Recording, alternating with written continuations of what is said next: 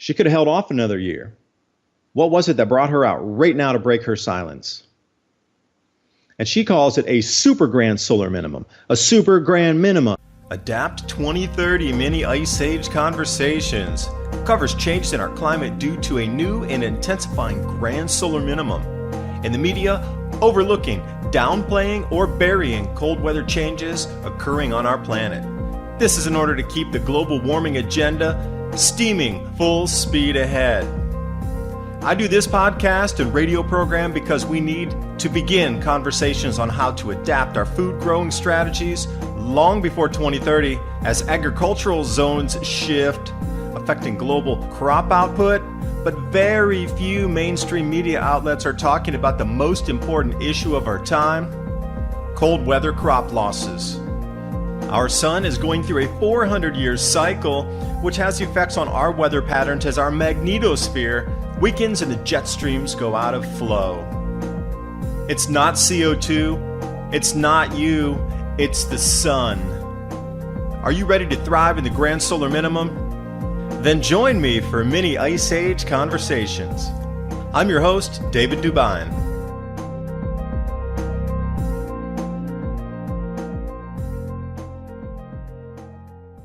Peru, when they lost, 30% of the banana crop in Peru because of cold damage. So even though that the winter is going to be warmer and the summer is going to be cooler, I'm really curious how this is going to pan out. Where in the Northern Hemisphere, we're getting this extra boost of heat right now, and then it's going to drop out. And all the forecasts show that at the end of the month, we're done. It's going straight into like February, middle of February, ultra cold, middle of winter temperatures. The latest global temperatures, you've been told warmest year ever, but really it's still only 0.22 degrees above the baseline. The latest sea ice measurements coming off of DMI show the ice just making a U-turn into something very unusual statistically on how fast it's growing. And we saw the same thing right at the end of the melt season, how statistically it jumped well above the averages. And then we hit this hot pocket over the last month. Ice melted back down to its normal levels. And then, boom, we're getting this massive jump again. So is this massive jump a precursor to the dropping temperatures that are forecast for the end of the month? So when we ended at the melt season at the end, it was the seventh least amount of ice. Media didn't cover that too much because it wasn't the least amount of ice. They couldn't talk about global warming too much because it wasn't the least. It wasn't even the second or third or fourth. It was the seventh least amount of ice. And now with this new swift, like vertical change that we're seeing here, that's very unusual because the refreeze season is now starting again. So we'll get total ice coverage. This goes completely against what the IPCC is talking about. All this information's out here. We have a very clear, very distinct, very perfect timeline of when everything is going to unfold. Now, start to notice and put these two and two together. Notice the chaos in the news media. They're going to have to try to keep you distracted for a little while longer. 2 more years, maybe 3.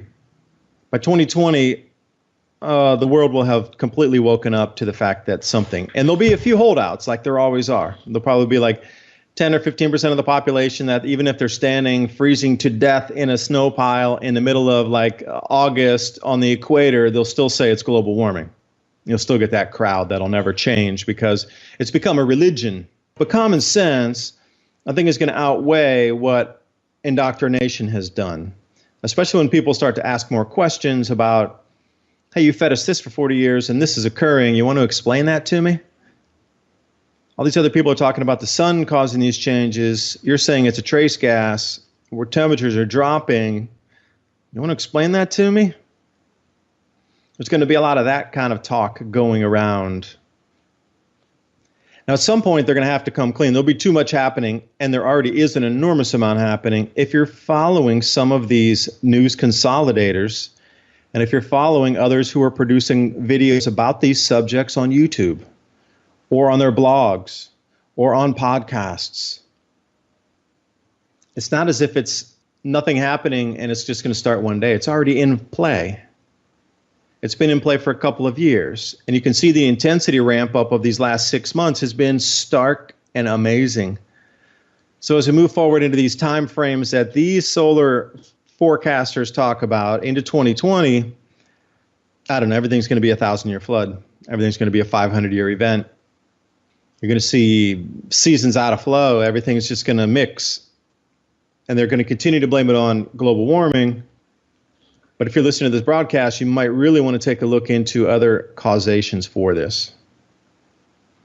So we know 2028 is our end time. So put that as like a black bar around those 4 years. And then think on the periphery, leading into it. So let's take a look at a couple of the crop losses that are occurring right now. Not really making the news media. Futures prices are up again. They're up $60 a ton since March, April, somewhere there. With all these bumper harvests that they're telling us we have, I just don't know how the price of our commodities continues to increase well above just standard inflation rates of 2%, and well above, so far above that. So here we go, Argentina wheat crop, and they're going to subtract another 300,000 metric tons from the forecast. Now there's very tight wheat supplies around the planet at the moment. So taking 300,000 available metric tons off there is going to cause somebody else to go look to purchase in a different place. Now, if they were thinking about Canada, well, we're going to have to, Canadian wheat exports cut after unusually long winter and exceptionally dry summer. So they're saying Canadian wheat expect higher prices, shortages, and reduction in exports. So you knew this was going to happen. It was already forecast. You knew these places are going to go offline first. So these are kind of the canaries in the coal mine that you should be looking at, saying, wait a second, all right, the 2028 date is when this no longer grows up there at all. Or if it does, it comes in something like 10% harvest of what we're getting now. So we got 8 years for this thing to go from what they're getting right now, reduced exports, super long winter, bad harvest, dry summer, and it's just going to get more intense over these next 8 years. 9 years. So they're already cut back about 20%. So we still have 80% of available grow supply up there. So this is going to reduce another, 70%? So how are we going to cut this out over the next few years then? So Canadian wheat is going to reduce 70% more down in yield over the next 9 years. Is that going to be a 10% reduction, roughly? I know, roughly, each year going forward?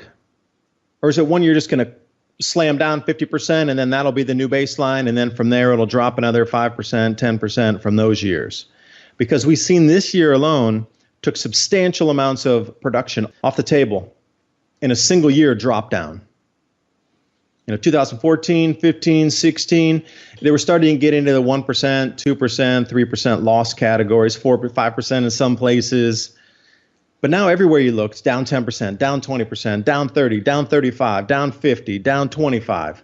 Everywhere on the planet that you look for exporters for different types of grains, and it could be vegetables, it could be fruits, could be grains, whatever it is, softs like coffee, cocoa. You're looking at different reductions across the planet. That is a huge, huge, huge uptick comparatively losing 2 or 3% 3 years ago. So this is not in linear any way, shape, or form. Just use the last 5 years of what's happened. It's not linear. You get these reductions, and then you get the giant drop off 1 year, and then it flattens, and then you get another giant drop off another year. But using a history book back to the Maunder Minimum, talking about the 1600s, particularly what happened with them, might give a good indication of where we're going. I want to stay on the winter wheat here, because this falls right in line with the predictions of these planting seasons going out of phase. So the U.S. winter wheat quality declines, obviously, but the plantings are now falling behind the estimates as well due to inclement weather, snowstorms, early icings, early frosts, early cold events. Imagine that. So Valentina's prognosis of extremely heated summers and the periphery sides coming out of winter being not so good for growing or planting is starting to match up pretty well here. Now, I'm not putting words in her mouth. I need you should definitely go watch this talk. Notice the introduction in the beginning when they tell her don't really say too much, referencing, the gulags in Russia. And then also notice where the slides are taken away, where it's blanked over. I want to come back to that point there. During the time when she's talking about these cycles and the grand cycles and the overlapping cycles within cycles, including the 100,000-year glaciation events on their grand cycles of 4, going back 400,000 years. She's interweaving all these cycles within there, and she talks about the periodic baseline that only moves up and down 10 comparatively to a regular 11-year solar cycle, which moves around 200 off the basis points average baseline. But she was following the trend line of the 10 basis points on the average that's just built in as background noise. That's the actual operating electrical system of it all on that equal bandwidth up or down 10. She's tracing that back and trying to interweave these 2,100-year cycles inside there. But she talks about how perfect the cycles are on these longer term, longer duration cycles that are interwoven with these smaller cycles, specifically the grand minima. She didn't touch into galactic cosmic rays or anything, but there were a lot of people in the audience that tried to get her to say, hey, your solar model won't work because there's more CO2 on the planet.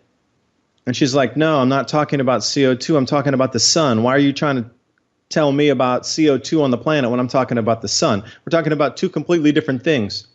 They were trying to rope her into a corner to try to get her to say something about the effects of CO2 that are going to kind of possibly overwhelm this grand solar minimum.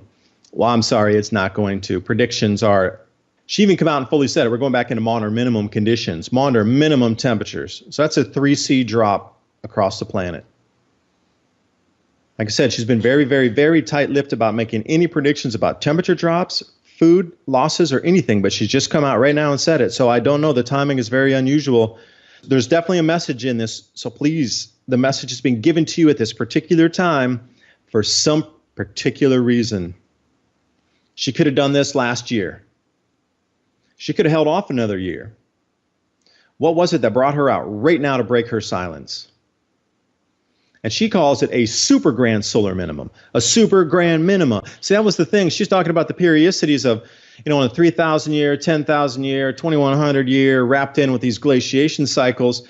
But, the language she was using was like a super grand solar minimum cycle. So for me, she was talking about super glaciations, the grand glaciation cycles on cycles of 400,000 years, and we get a super glaciation like snowball Earth kind, and then the other glaciation events where, we got 2 miles of ice over New York, whatever, over Chicago. That kind can also be broken down in less intense events. But what she was saying is every fourth one of those, you get a super freeze on the 400,000 year periodicity. But then she winds it back down into these smaller cycles here and talks about super grand solar minimum. Keep an eye on the lexicon that's being used. And also to add into it, now Australia, crop production down, 65% drought-stricken eastern regions. And they also have some production coming out of the western regions with wheat also that's making up for some of the losses. I should say some, a smidgen, a fraction of what's occurring out in the east. Again, we've seen this giant uptick into Australia's going into a mega drought for the next few years. 5 to 7 years, according to Kevin Long, forecaster down in Australia that does this specific regional forecast based on past cycles, cosmic rays, grand solar minimums, ocean currents, equatorial band currents, Antarctic ice flows, Antarctic ice gains, and he weaves the tapestry of lunisolar. But Australia's showing another sign, 65% down on their wheat over in the eastern part. So we've seen a massive drop-off. Now, will this level and it'll just stay down to, that'll be the new baseline, and then it'll drop from there as we move forward? South Africa going offline because they just don't have the farmers, the land confiscation and all these crazy things happening politically down there.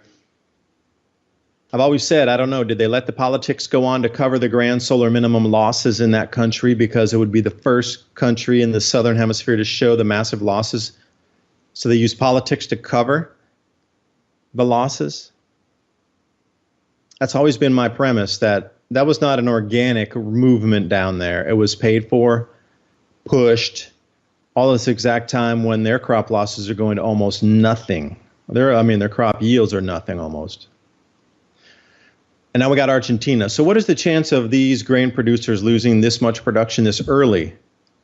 And remember, that's just a percentage of the global total. Now we need to come into the bigger producers like Russia, United States, Canada. Now what's happening over in China? Very tight-lipped, these Chinese, with their agricultural production coming out of Heilongjiang. You are forbidden as a Chinese citizen from talking about this on social media. You're not allowed to. Sorry. So numbers coming out of China are sketchy. But if you go back to the grand solar minimums in China, you see that they lose production as well. So we literally have every single producer on the planet losing some production at the moment. And again, with social media censorship and everything happening, see, I don't know where the grand solar minimum channels are going to sit in this censorship. The political stuff being censored, I understand that. But with all these great changes on our doorstep, and now major organizations, physicists, persons who write legislation, and they're all on board now saying the grand solar minimum is going to happen. There's an enormous amount of people in the economic sphere jumping on and saying, hey, we got a serious problem with this. That food drives the economy. That's what's going to cause the downfall. So the whole world is starting to circulate, and this whole grand solar minimum lexicon is becoming much more recognized. So is it going to be part of the solution is to allow these channels to push the information out? That is my question, because to cut them all off would drive more people over to look, but also at the same time, the mainstream's opening up saying grand solar minimum. But wherever we're getting into, it is a society reset button. No qualms about it. Please do not delude yourself that this is going to be some sort of event where we're able to share everything. Unless our mind changes, the countries, how are they going to produce more unless they change their agricultural methods, methodologies, indoor vertical farming, etc. But I mean, how do you grow entire fields of wheat indoors? You just don't.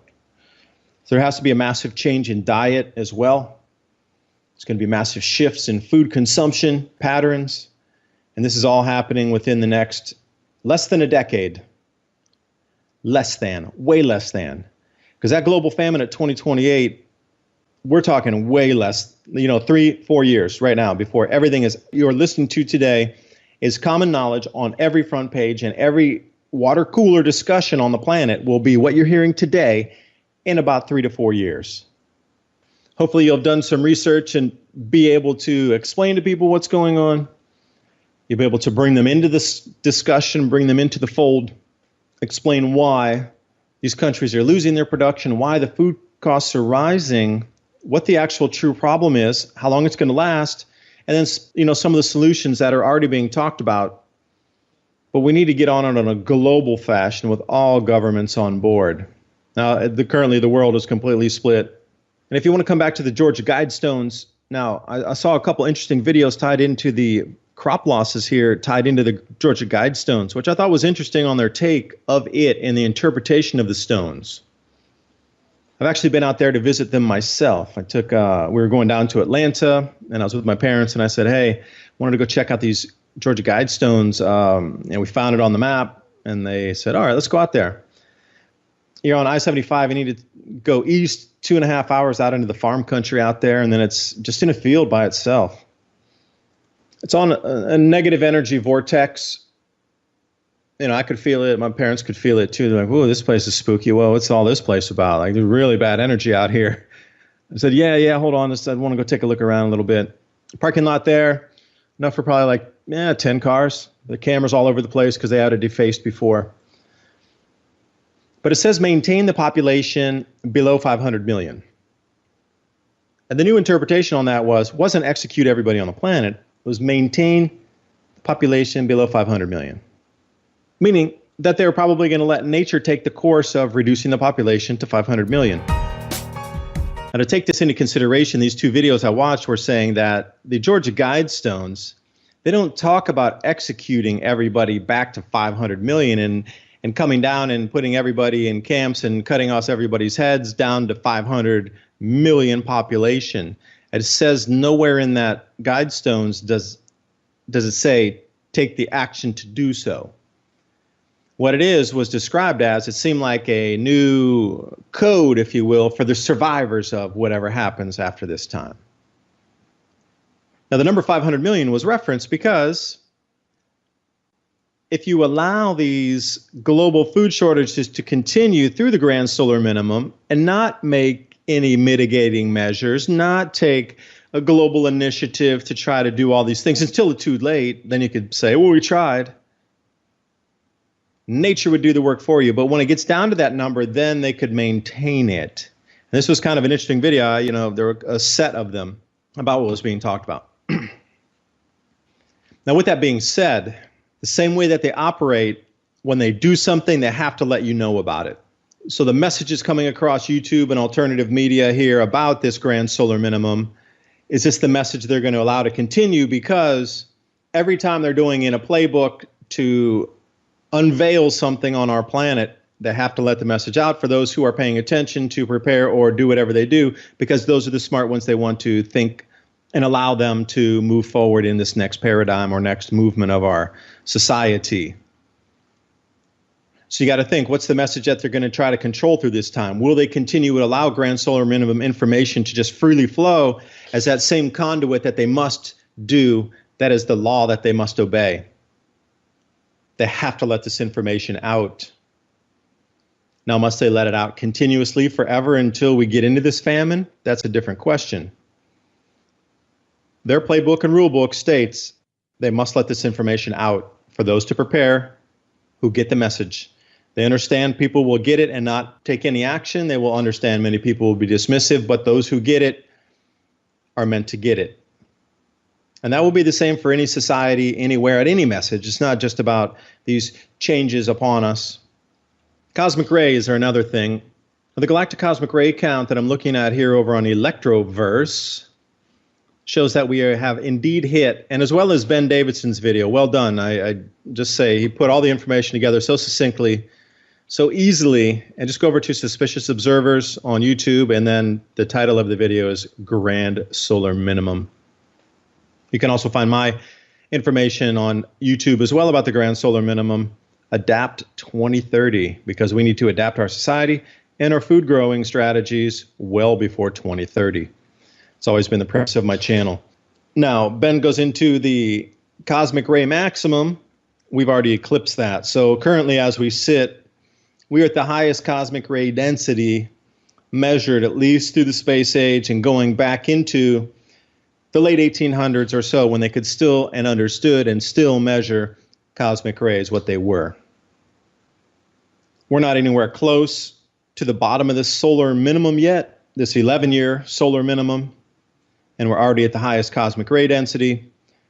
When we come into this grand solar minimum, this cosmic ray density is going to increase another 20 to 30% above what we're seeing now.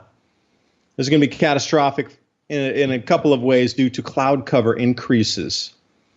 One of the things to think about.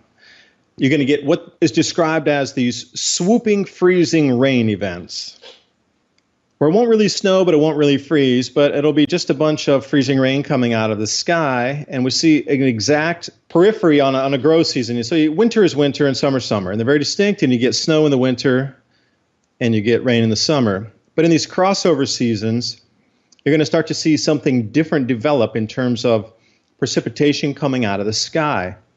And also globally throughout the year, just the amount of precipitation also is going to change. It's going to continue to increase due to more cloud cover.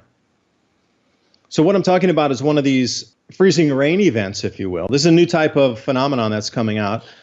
Now, if you take a look on Electroverse, you'll see this exact phenomenon where they have a freezing rainstorm that'll come across and cover all the crops. Fine with the fruits, they can be unthawed, they can be dried, but when you look at other types of produce that would be out there, that's not going to stand. It's just going to be lost. Moving forward, you're going to have to think about the intensity of the losses moving in percentage-wise. So that way you can prepare on how much to, start getting ready behind the scenes. If we've dropped off for this maximum at the moment, and this year has been the substantial drop from last year, and then it's going to plateau for another year or so, and then we're going to get significantly larger drop-offs in 2020, but not 2019. It'll give you a chance to get everything at a better price. But if we're going to continue this downward stair-step cascading down effect where each successive year is going to take 10, 15 something percent off, that's a different way you're going to have to start preparing than it would be if losses, flat for a bit, more losses, new baseline established, more losses, new baseline. That's two different scenarios moving out.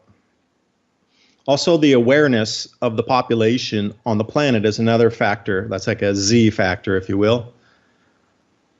The reality is when people wake up, they're going to change the way they buy also, what they buy.